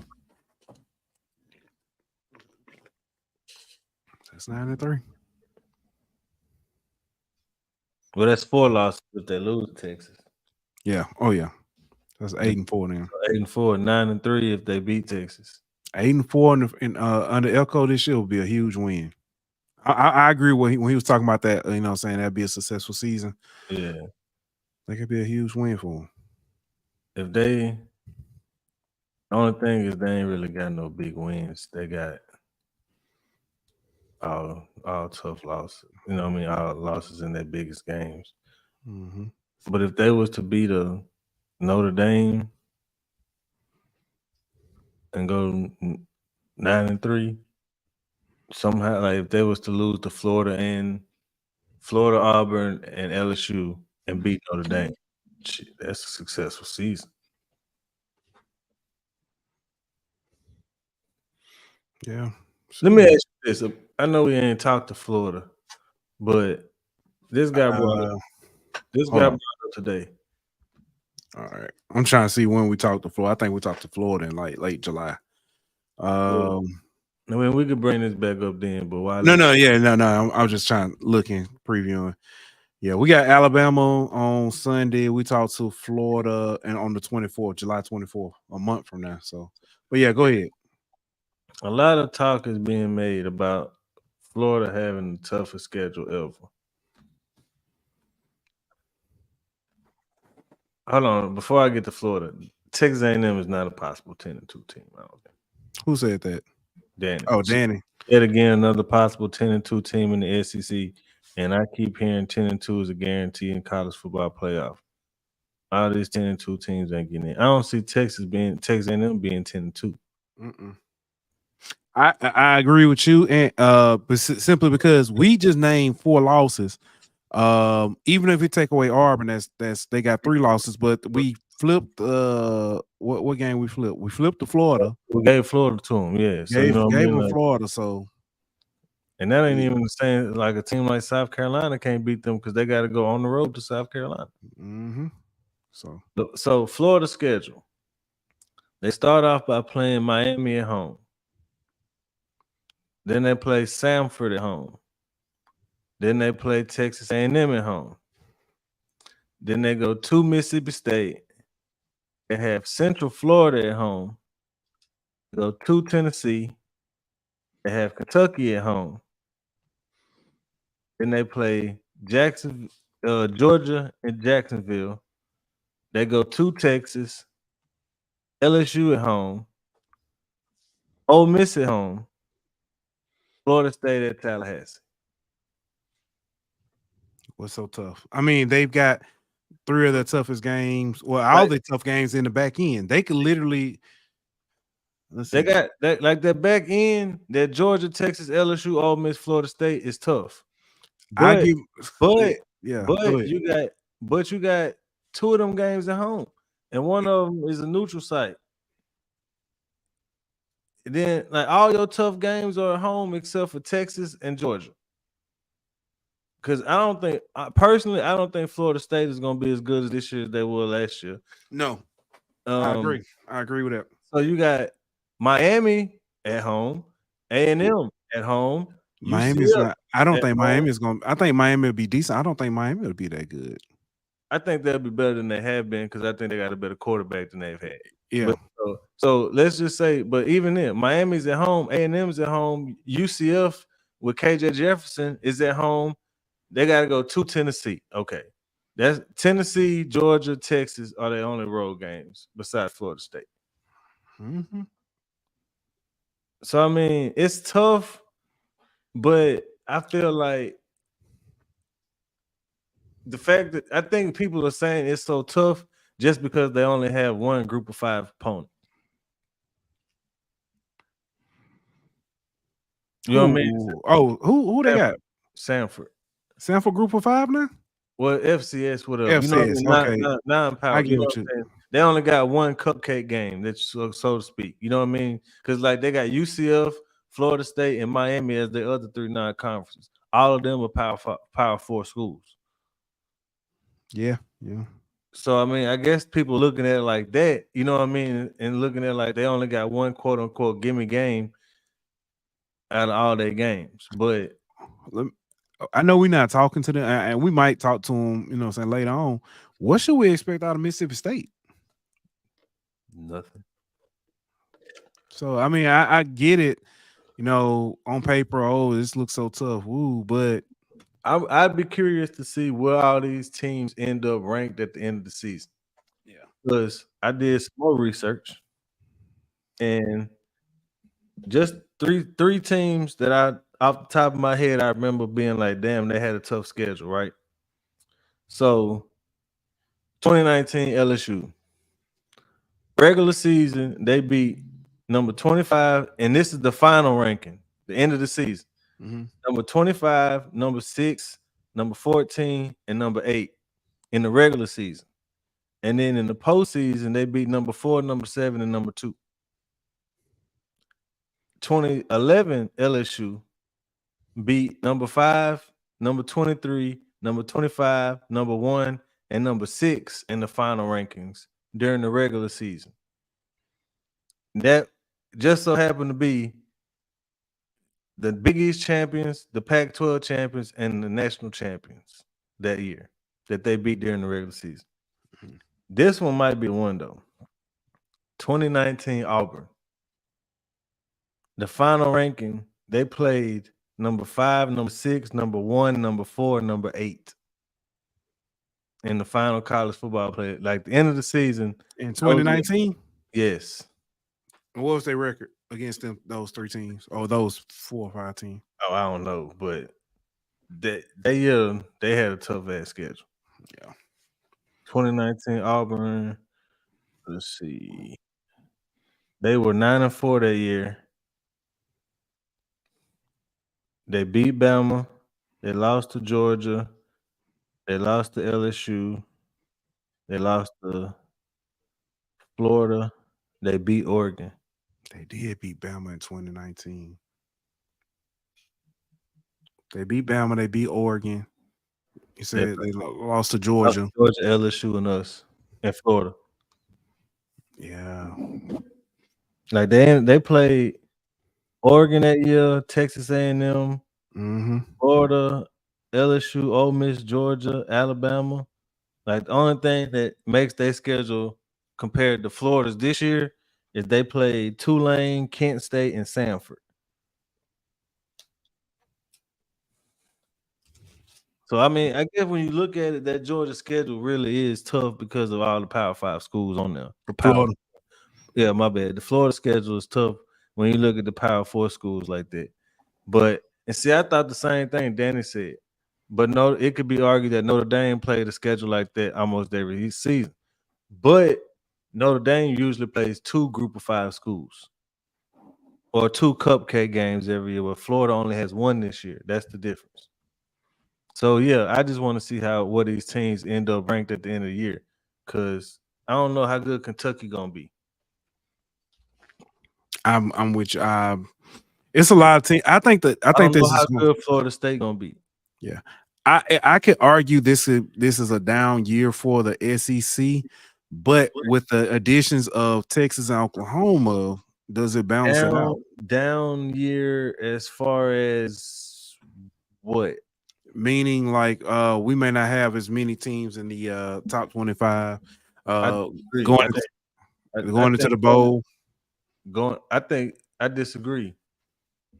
I don't think it's as top heavy as it's been. That's the difference. Okay. You know what I mean? Like, it used to be Georgia, Alabama, whatever, 3 teams, whatever at the top. Like, you'd have like 3 in the top 10, and then you have one at like 14, 1 at 18, and 1 at 22. You know what I'm saying? Something like that. I think this year there's gonna be more spread out, but I still think you're gonna have 8 teams in the top 25, 7 teams in the top 25.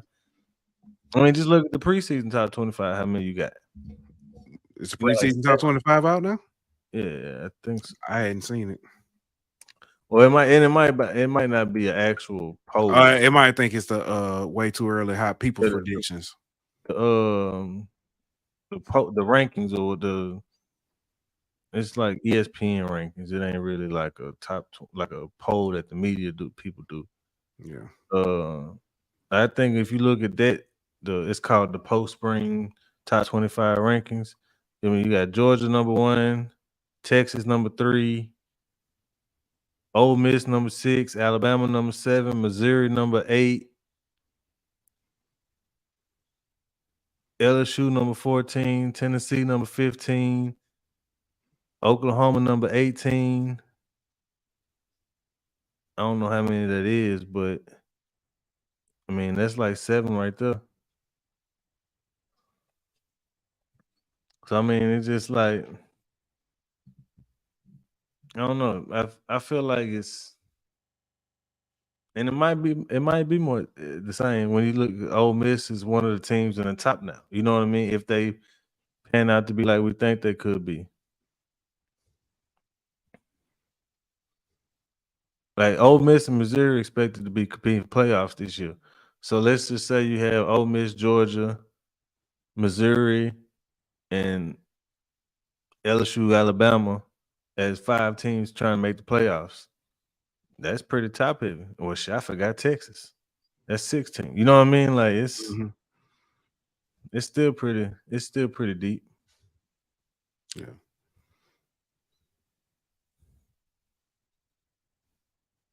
And Tennessee, I think, a sleeper team. I think A&M kind of could be a sleeper team. I think Oklahoma could be a sleeper team.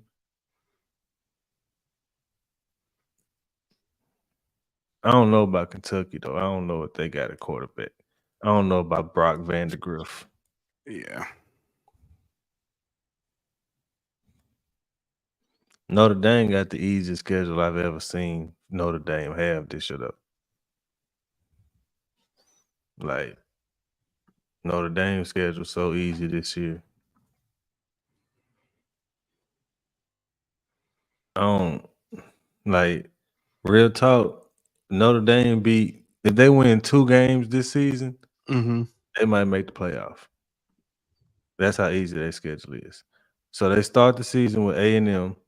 Then they have Northern Illinois, Purdue, Miami of Ohio, Louisville, Stanford, Georgia Tech, Notre Dame, Florida State, Virginia, Army, USC. If they beat Texas A&M, Louisville, USC, they in. You know what I mean? It's like 3 games. Like they got like 3 games that's tough. Because like I said, I don't think Florida State gonna be that tough this year. So I mean, that ain't cakewalk. Yeah.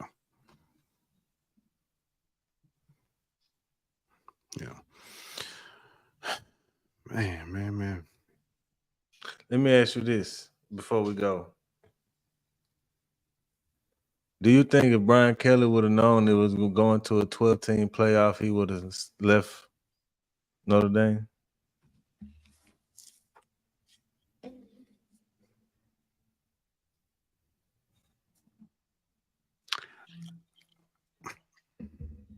I think he's probably still would have. I So what? I think so too. Because I don't think making it to the playoff was the problem. Yeah. I also think that I think coaches had an idea that what was going to happen. I mean, it been rumored or so. I think they knew where it was going. But yeah, I don't like you said, making it was not the issue. Yeah, I think he still would have ran into the same issues that he ran into while he was there. You know, once it was 12, he just would have made it more years, and still would have never really won a championship. He just would have lost in the first or second round of the playoff every year. Yeah. And just made it almost every year. Man, it's a story that I saw, and I didn't understand what was going on, and I still don't understand why this even came up. Matthew Stafford, man, his wife saying something about she slept with the backup. She didn't technically say she slept with the backup. Okay, I'm sorry. Well, she had a relationship. She said she dated the backup to try to get back at Matthew or something like that. Why? I don't know. And then she came out today or yesterday and apologized. to the backup. Yeah. And his family. Now she apologized to because I just saw it's popped up. She publicly apologized to Stafford's college backup, not her husband. Yeah, that's After what I'm saying. she said, yeah, she's She dating him apologized to to the make backup and his family, but not to her husband.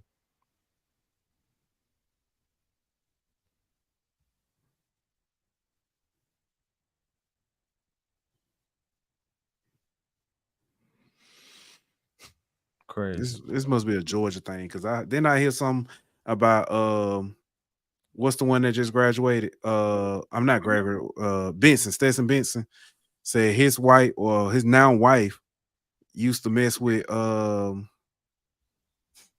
Beck. You heard that one too? Nah, that's crazy. I don't know if that was joking, but I was like, man, this must be a Georgia thing.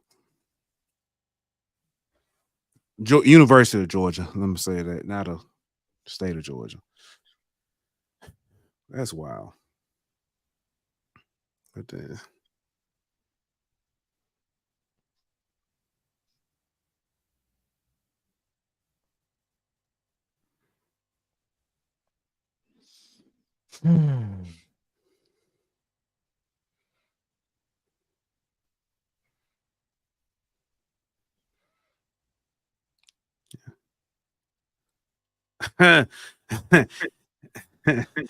it said there ain't nothing else to do in Athens but your roommate or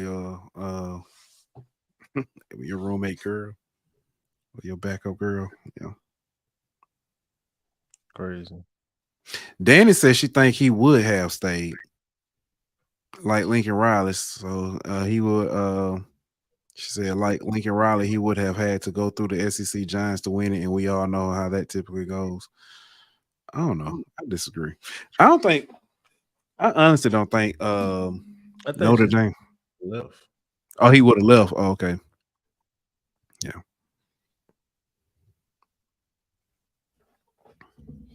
I don't know. I think she's saying that he couldn't at Notre Dame. He would have had to go through the SEC teams to win it all, and we know. Yeah. Gotcha. I feel you. All right, we got Alabama on Sunday. You got anything else before we get ready to get up out of here? I think that's it. That's all my stories. I just seen the Japanese running back break off a long run against a 70-yard run, bro.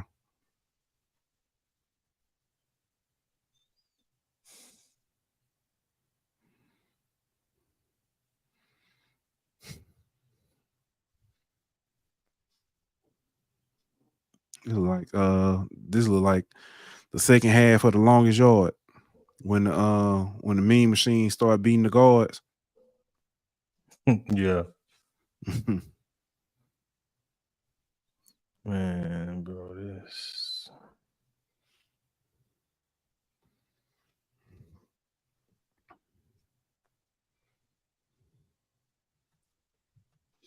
Pelicans are an unserious franchise right now. Oh, Penn told me today, reminded me there is a international football league that's gonna be a summer league. Huntsville is supposed to have a team. Yeah, the IFL. Yeah. Yeah, Martez Carter playing in it, I think. So it's gonna be interesting.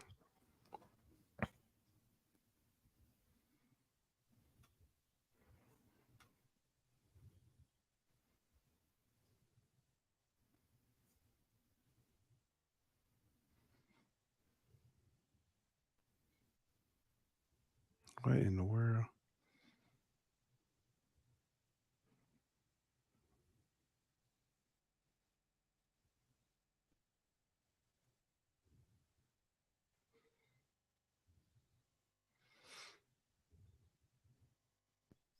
Have you? Let's see, what is? You started watching baseball yet? Nope.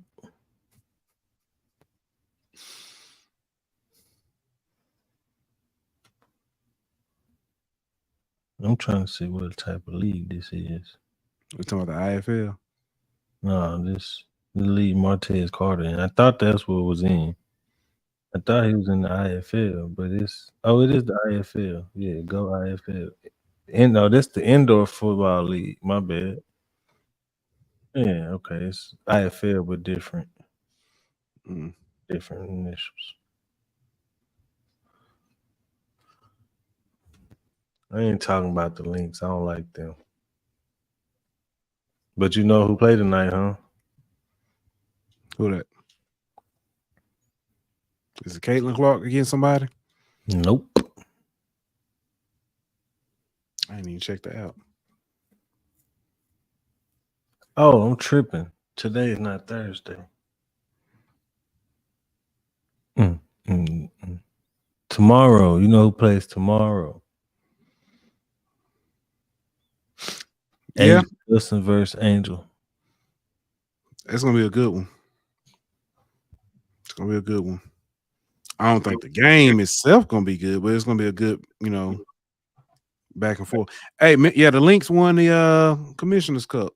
I don't care about that. It's funny the Commissioner Cup champions have lost in back-to-back years. As far as you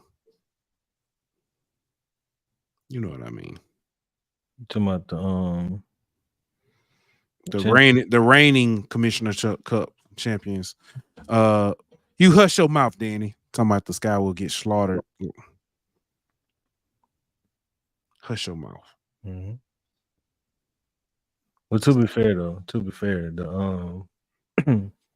2022, the Aces won both. To be fair. Yeah. To be fair. That's what I mean. I don't know if I'm answering.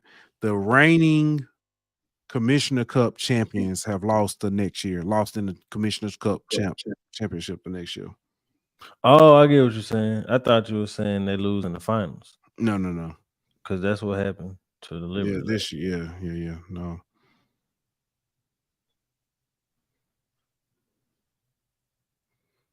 Maya Campbell. Who's Maya Campbell? Maya Campbell, that was the lady from the well, I know that ain't who I think it is. So what's up, man? Yeah, we still on. Yeah. I'll be out in a second. Yeah, that's the woman who used to be on Yeah, in the house. Mm-hmm. Oh, Danny must be talking about something else. She said they signed her today after cutting Dangerfield. Adrian, yeah, we got yeah. And we was just over here rambling.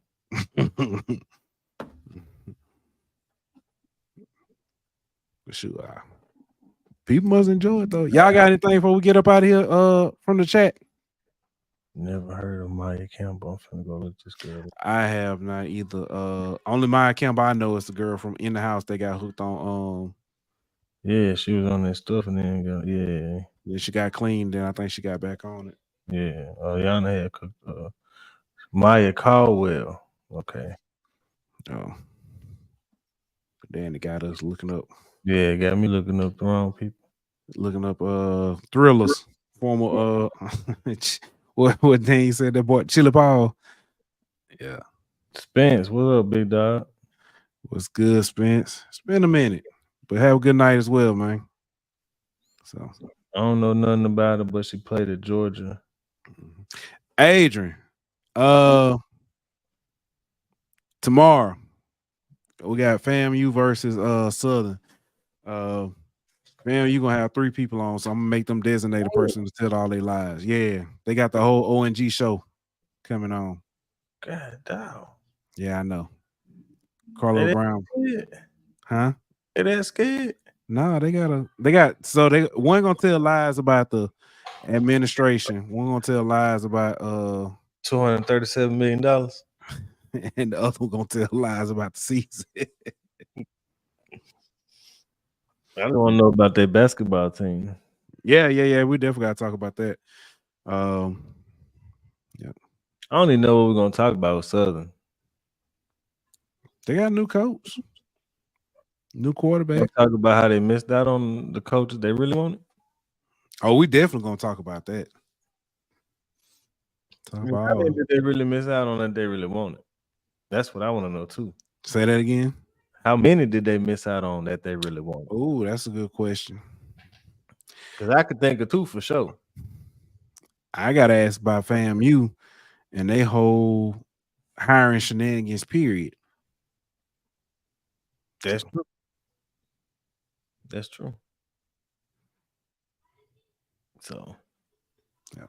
All right, man. Let's get let me get my theme music. I don't know what Adrian talking about. I don't either. He would kill. He funny though.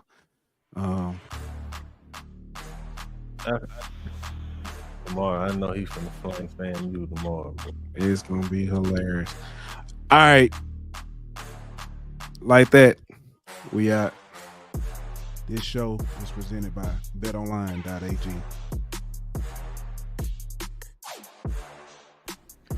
Don't forget to like, follow, and subscribe on Twitter at Golden Boot. On Instagram at Golden Boot. On YouTube at The Golden Boot Pod. On Facebook at The Golden Boot Pod.